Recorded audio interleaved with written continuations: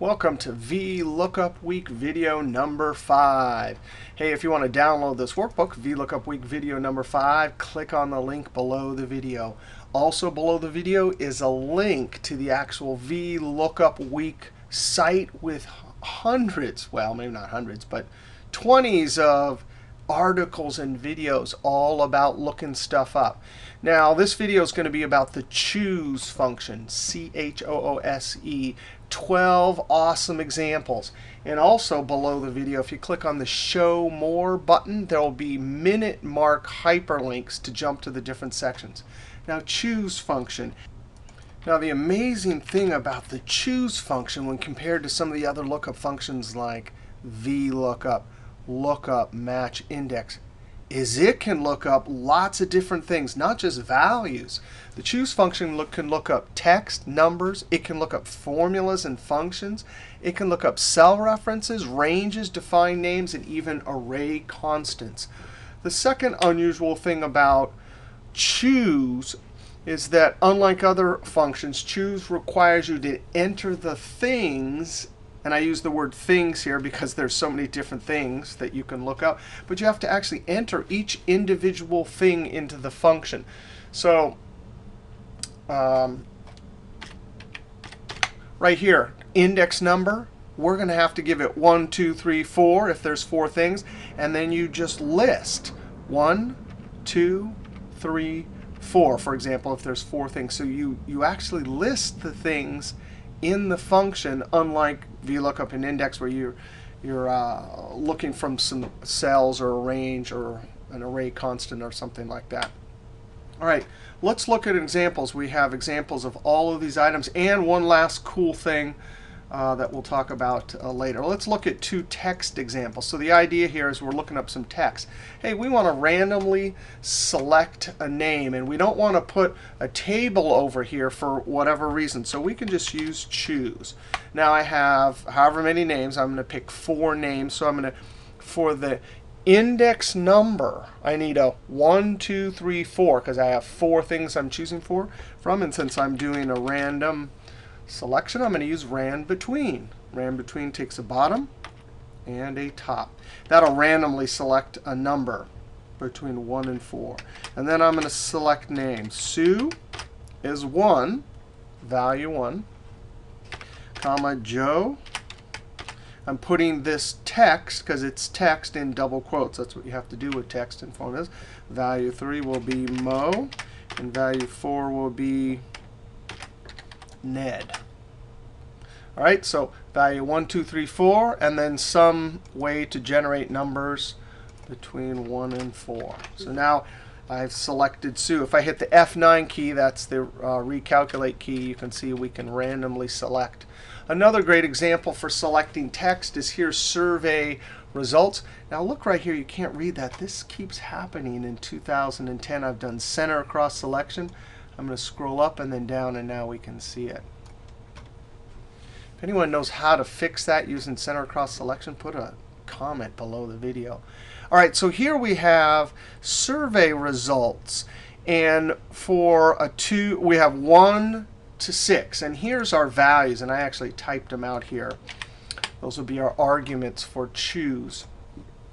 So we don't have to type them. But choose does an interesting thing. If you give it a number with a decimal, it'll truncate it and go down. So this will select 2. This will select 1, 2, etc. Comma, and then I'm going to control V. I already have that there. So I put my 5 values in. So survey results, and these are what we want. They enter a number, right? And so it will, on 5.9, go down to 5. 1, 2, 3, 4, 5. All right, let's do lookup numbers with choose. Great example. Sometimes you need to select a quarter from a serial date. Now here's our unusual quarters, right? So we start in beginning of December to February. That's quarter 1. And then 3/1 to 5/31. That's quarter 2. Now if we had the table like this, we could just do a straight approximate match lookup. Right, and look up the date in this first column here and return the third column. And then I concatenated it with a cube.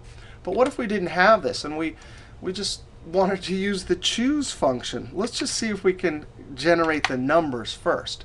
Now, oh, I need the numbers 1 to 12 here. So I'm just going to use the month function. The month function. That'll generate a number between 1 and 12 for the months in the year, right?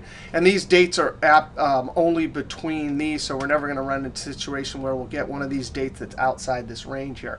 But now what are we going to do? Well, I can see right here 12 gets a 1, and then month 1 and month 2 get a 1. So for value 1, I'm going to say 1, comma 1. Now, value 3, that gets down here. Oh, this is quarter 2, so I have to put 2 3 times. And then down here, I'm going to put 3. And then 4. And finally, there's, whoops, I entered too many values here. The actual 12th value right here, that's going to be a 1.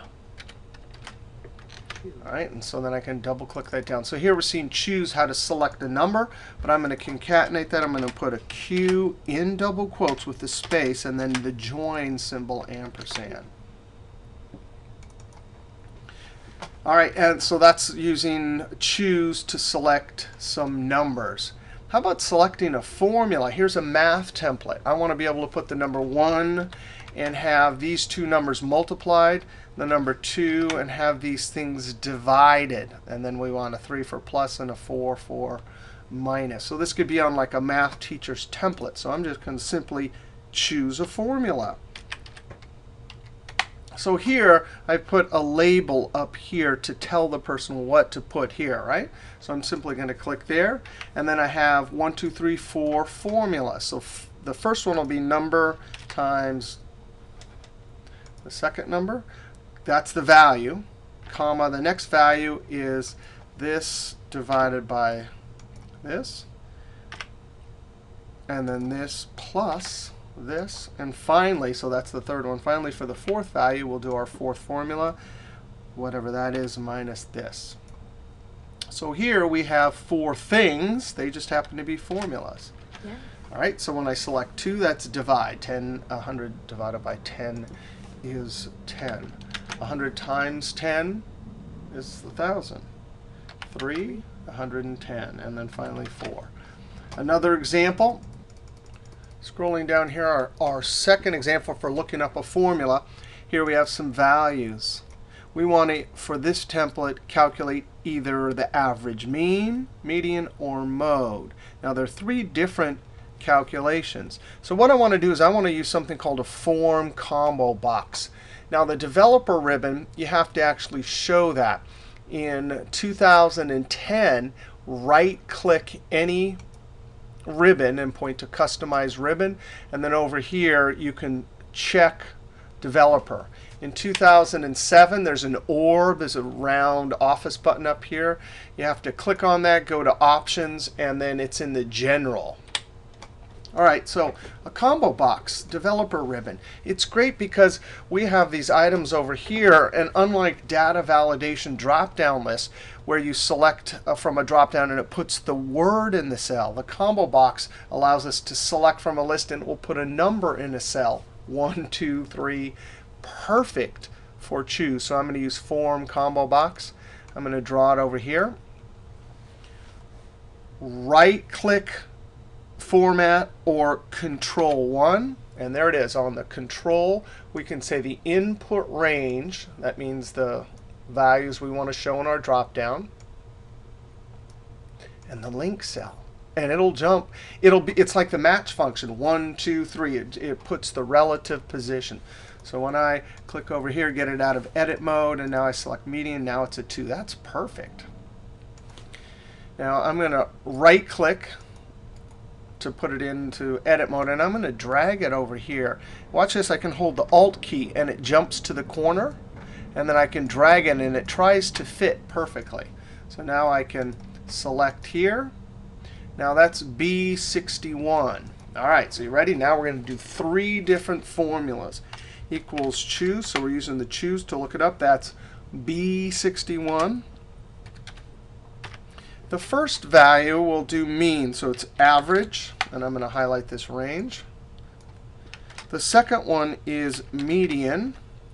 Average adds them all up, divides by the count. Median sorts the list in memory and takes the one in the middle.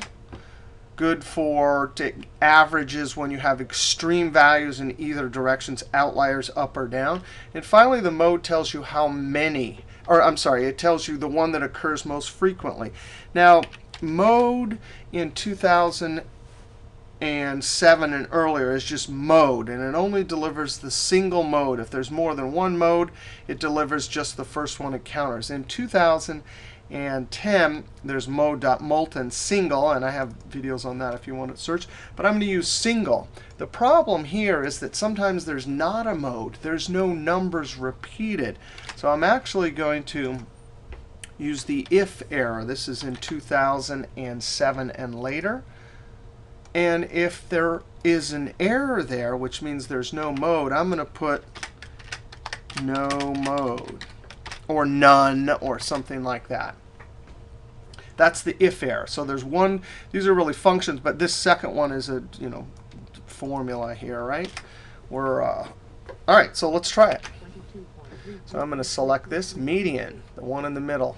Median is awesome. It actually sorts it and tells you which one's in the middle. And then mode, there's 2 4s, 1 4. If I change this to 8, now it says no mode. So great use for choose. How about looking up functions? We kind of just did that, but here's a cheap and dirty one. 1 is for sum, 2 is for average. I just have a little if there. And I'm simply going to do choose.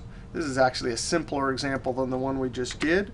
And then I either want the sum of this or the average. Now notice OK, so let me highlight this. So it's just value 1, value 2. That's all we're going to do. So now the person can come along here. And there's no combo box, but we have a label up here, so I'm going to type a 1. Another more complicated example, and I actually did this video. This is March 30th, I think, 2012. About a week ago, I did a or lookup. And what that means is I'm either going to have a name here that I need to look up to establish that row and extract that record, or I'm going to have an ID number here and nothing here. And I need to use then that as the lookup to establish the row and then to extract that. So I'm going to use index and match. And we'll start off with this 200 here and look that up using index and match. And then we'll deal with the fact that there is an either or. Index is a great function. You give it an array to look up. I'm going to highlight this. Now that's a relative cell reference. Notice I'm extracting records for each field. So I'm going to leave it as a relative cell reference so when I copy it over, the dancing ants move to the right column. Index just needs a row number. Match is perfect for that. I'm going to say, hey, match, look up this 200, F4 to lock it, because when you move to the side, it needs to be locked, within this range right here, F4. The values are not sorted, so I'm going to comma 0. Match just looks this up and says the relative position, which is 2, which is the row number. Well, this will work right here for row number. I'm going to close parentheses and copy this over. I'm going to point to the fill handle and say fill without formatting. That had some formatting that when I copied it over, it copied the actual formula and the formatting. I'm going to turn this off. Turned off, speak on enter. Now let's deal with the fact that there's an either or. I'm actually going to copy this match in edit mode, and I'm going to place it right here, equals that. That's the first one. If instead we enter a name here, then we want this match. F4 comma within this, F4 comma 0. Now those NAs are kind of annoying here. Let's put this 2 in here. So this formula right here, if we're going to choose it using choose, we need a 1. And this formula, we need a 2. So the trick for choose is how are we going to generate that 1, 2? I'm going to come over here and create a little formula. In parentheses, I'm going to ask the question, is that right there, F4, equal to, or I'm going to ask the question, is there nothing there? Equals, comparative operator equals, and then double quotes is a null text string, which tells me when there's nothing in the cell. Right now it says false. Well, if I want to select that match right there with a number 1, I'm simply going to add 1 to it. False plus 1 equals 1. Now what if I delete this and put a Sioux here? You can already see that's going to work perfect, because what's happening, the question is that empty? It's true. And true converts to a 1 when doing any math operation. So true plus 1 is 2. So that's going to be, whoops, Control Z, F9. That's going to be our trigger inside the choose, that little bit right there. All right, now I'm going to have that formula element, that, and that. I need to paste this up here. So I'm going to use the clipboard. I'm going to highlight that and Control CC. CC opens the clipboard. Let me clear this. Control C. If CC doesn't work in 7 and 10, you got to go to the options and turn that on. Escape. That's the match number 1. That's the match number 2. Now I'm going to come up here, and right where it says, where I have this match, I'm going to delete and put a choose. All right, so you ready? Choose. The index number is going to be that. Comma. The value, the first value, is that one. The second value, that one right there. So now we need to put a close parentheses after that value right there. And there we have it. So we're choosing, I'm going to point to fill without formatting. We're choosing amongst 2 different match functions. Right now we get an A when they're both blank, so I'm going to use if error. Comma, and then if it's an error, what do I want? How about double quote for show nothing? So now I can copy this over. So the choose, let me close this now, delete all this. If I use a 200, it's got the correct one. If I delete that and use the Sioux, it's got the right one. So it's in essence doing looking up something either or. Let's try 23. All right, so from lookup function, let's go down and see an example for looking up cell references. Now this example is kind of silly. I already did it here. I have a simple interest, and when I'm given days as the term of the loan, I need to divide it by either 360 if it's bankers. If it's average, I need 365.25, and exact, I need 365. And I happen to, in this template, have these 2 numbers in the cell, and I want to link there. So I did this formula right here. I simply took the thing and I chose the denominator, right? Here's that combo box we did earlier. It dumps the number there. So if it's 1, it's going to choose bankers. If it's 2, I didn't have an input cell for that. It's 365. Otherwise, I need that 365 over there. So that's choose to choose a cell reference or a number. And then, of course, once we have our fraction of a year, we can calculate our simple interest. Here's another great example. One of the best uses for choose is when you have a lookup situation with multiple tables. So we're trying to calculate shipping fee based on the number of items purchased. We have different customers, and for each different customer, we have these sheet tabs down here. So I'm going to click on gold. That's the table to look up for gold. That's the table for silver. And for basic, we're going to use that table. So we have to look up from 3 different tables. Perfect use for choose. Now we're going to see how to do it a couple different ways. We'll do looking up lookup ranges first. Equals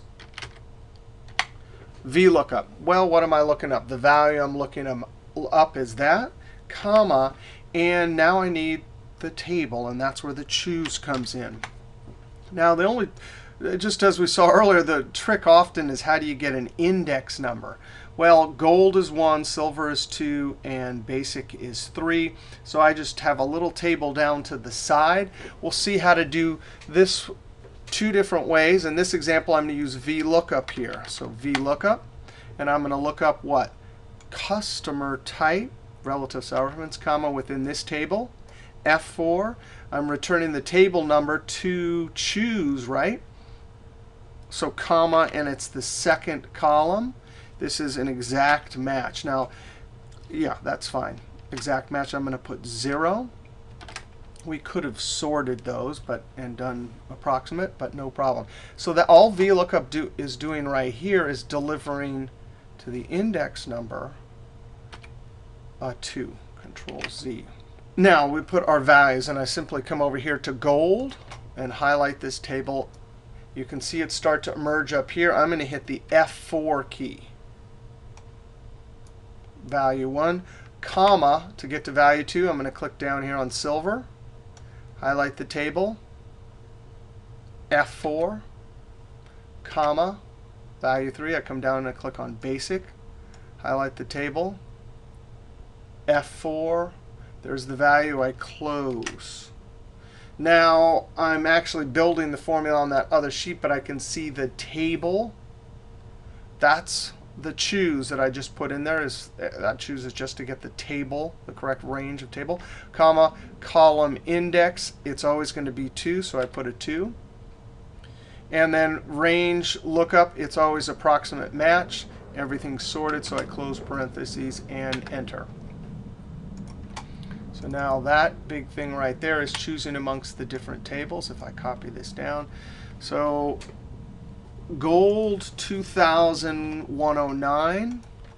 2,109, it better be 4750, and it is. So for basic, 3,470, better be 63,000, so it is 62. So that's working. Another way to do this is to simply use defined name. So I'm going to come over here to gold and highlight this table, and up in the name box, type gold, enter. So now I can see that the name box has got gold. Now I'm going to come over here, silver, enter. Click on basics, highlight the range, basic. If you want to edit those, Control F3 is name managers. You can edit them if there's trouble. Escape. Now I'm going to come back over here. I'm going to do the same formula here. So I'm just going to cheat and copy it. Paste it here. And now I'm going to see if I can scroll over. There's a couple things I want to do here. One, I don't want this. If I don't want this table here, I'm simply going to highlight this table and hit the F9 key. Now, what's great about this trick is you can convert from data in cells to array constants without having to know how to type out array constants. So F9, and there it has it. In curly brackets, that's called an array constant. Double quotes for text, numbers for numbers. But that comma means go over a column. And I always remember it. The comma starts with C, so that means column. And then semicolon is to go down a row. So it's literally just like that table. Go over a row, go over a column, go down to the next row. That way we could delete this, and that's would work just fine. The only thing we have to change here is for our values. So I'm going to delete those. Value 1, it's gold. I'm going to hit F3. F3 is paste name. So I double click gold. That's value 1, comma. You could also type silver. And then when you see the dog tag, you can tab. And then basic. You could also just type it out. All right, so that will work all the way down. Those are defined names. Pretty nice there. Finally, and this is not a choose function, but I can't resist. If you actually have customer type or whatever trigger there is for what table to use. If those are the same exact words or as the names of the table, you can use the indirect function. So I'm going to do VLOOKUP. I'm looking up this, comma, and the table array. Use the indirect. Now, indirect is volatile, which means it recalculates each time you do anything. And so the choose is a good alternative for that. So if you don't mind recalculating, just click there. What does indirect do? Indirect takes text stored as text and converts it to a reference. So the fact that we define that name, when I double click the text, it's text, right? Control Z. But when I highlight the indirect and hit F9, no way. It took that text and knew that there was a defined name and delivers the table. Control Z. So that's pretty darn easy. Column index, it's always going to be 2. We leave that last range off. So that's certainly the easier way to do it. But in some cases, people do not want to use indirect. And so this choose will work just fine. All right, 2 more examples. This one's going to be a doozy. We're going to use choose to look up array constants. Now here, I've already done some of the work over here. But here's the situation.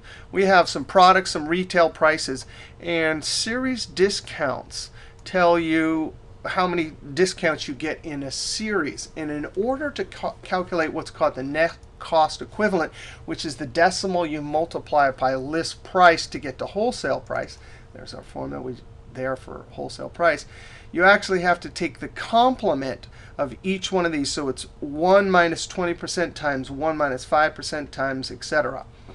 So you could do this all by hand. But if you want a single cell formula, somehow we have to extract the numbers and then put them into a formula that does the complement and multiply. A further complication is some of the products only have net cost equivalents with 3 or 2 or 1 series discounts. So if your goal is to calculate the net cost equivalent in a single cell, this is going to get pretty tricky. Now we can use the mid function, and we are going to use the mid function to extract. And what mid usually does is it takes some text string, and you give it a starting number. I'm just going to choose randomly 1, 2, 3, 4,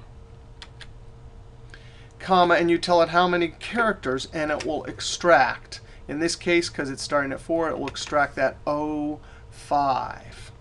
Control Z. But that's just extracting one part, one starting position. We want to extract all 4 of them at once. So we have 4 starting positions here. We want to start at 1, 4, 5, 6, 7, and 10. All right. So let's go down here. It would be really straightforward if we had 4 discounts each time. Then your formula would look like this. The starting number would be, in curly brackets, 1, 4, 7, 10, in curly brackets. Now what this would do is we're giving it more than one item in that argument right there. So it's going to deliver 4 items with exactly the text length 2, F9. So the formula would be easy if they were all that way, but it's not. So OK, let's think about this. If I copy this down here, instead of the array constant 147, I want 14710, I want 147. And again, you can't see this because you can't deliver multiple items to the cell and see them all. But if I hit the F9, oh, right? So the inside essence of this trick here is that we're going to need to look up different array constants. Now we actually have either a number, this array constants, because the starting position here is 1 and 4, 147, and 1410. So again, if we're going to do a single cell formula, we're going to need the choose function to know 1, 2, 3, 4. Now we're going to define the number 1 as the first item that choose picks. this array is going to be number 2, this array number 3, and this array number 4. So how do we get the numbers 1, 2, 3, 4 in a formula as we copy down from that? Well, let's look over here. This is how we're going to do it. We're going to notice a pattern. There's slashes. And when there's 3 slashes, we want the 4. When there's 2, we want 3. When there's 1 slash, we want 1. And when there's 0, we want the number 1. So I'm going to use substitute. And I'm looking at that cell, and I'm saying, please, the old text is going to be a slash. And please, as new text, put in double quote. So substitute will do that. F9 gives us that. Now, if I ask what's the length of that, it's going to give me 8. But now I can simply ask what's the length of that cell with the slashes. F9, it's 11. 11 minus 8 is going to give us 1 too few, so we add 1 back in. So get this. That is going to be the trigger for choose. So I'm going to highlight this, copy. I'm going to come over here and just start the choose to see if we can choose amongst the different array constants. Index number, Control V. Index number, comma. And then I want, for 1, I want the number 1. That's the value. Comma. 2 is going to be in curly brackets. 1, comma 4. In curly brackets. That's the value 2, comma the value 3. 4. So is that not wild? That's choose using this construction here for the index number, right? To choose amongst these different arrays. Now, if right here, 1, 2, 3, 4, it better choose, if I hit the highlight all of this and hit the F9, it better choose that array constants. Now remember, this is going, the choose is going inside the mid to extract multiple items simultaneously, Control Z. So now we're going to put this inside the mid. I'm going to say the mid of that. Text starting position, remember, it's going to vary. And then comma at the end, the number of characters, it's always 2. And again, that's not going to deliver those multiple items to the cell. But we could check this out right here. And let me copy this down. Right here, it better give me, if I hit the F9, wow, exactly those. Here, it better give me F9, those, etc. This one will just give me the 10. And now the complement rule says, since this is delivering F9, all of those, I need to divide that by 100 because these are really decimals, Control Z. So I'm going to divide by 100. And I can see now, notice that when we did the mid with that right there, F9, that's giving me text. Well, they need to be numbers, but no problem. Any operation, math operation done on text numbers, we'll convert them back to numbers. So no problem. F9. That gives me that. Now I need to do 1 minus, Control Z. So I go 1 minus that.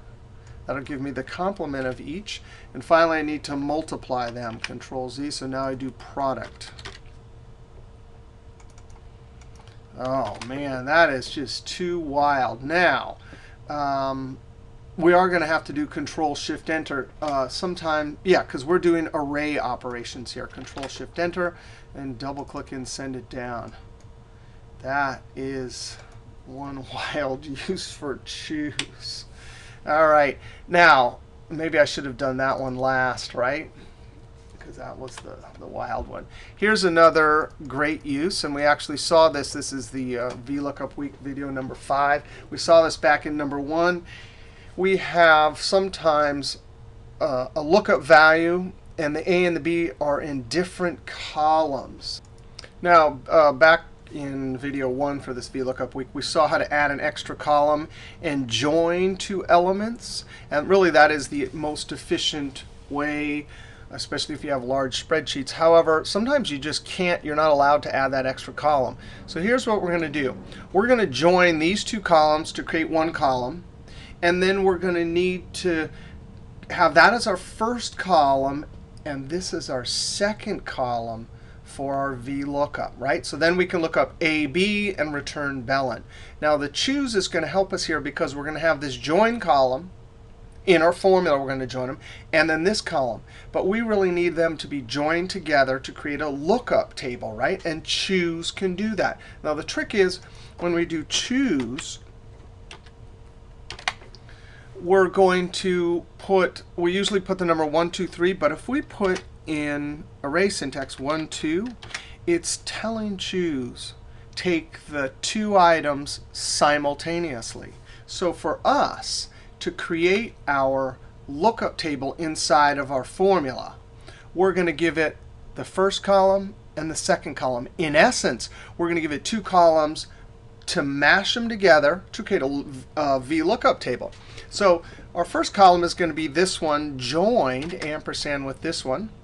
And if I highlight in F9, you can see sure enough, that's a column. There's our array syntax. Semicolon means go down to the next row, Control Z, comma, and then we take our second column. Now what choose will do is choose 1, 2. It means select them simultaneously, and it will create a two-column lookup table. So if I hit the F9, there it is, AB Belen, BB Carlota. Exactly what we want. Comma means go over to the next column. Semicolon means go down to the next row. So that's our VLOOKUP table. So now we simply do VLOOKUP. I'm looking up this, comma, there's the table. I want to return from the second column, and I'm doing an exact match. So I'm going to put a 0. Now, we did an array operation here, so we have to Control-Shift-Enter. Oops, I can see that I didn't enter the last part of this correctly. Let's do this again. OK, there's the column index, comma, 0 for exact, close parentheses. We have to do Control-Shift and Enter because this is an array formula. Control-Shift-Enter. That's you telling Excel you're doing an array formula. Those curly brackets up there are Excel telling you that it understood it was an array formula. Now let's try AB. And it looks like it's working. Wow, that was a lot about the choose function. Amazing thing about the choose, most amazing thing is you can look up so many different things. And also we saw that last little trick where we can put an array constant and select things, values from the choose function simultaneously. All right, we'll see you next video.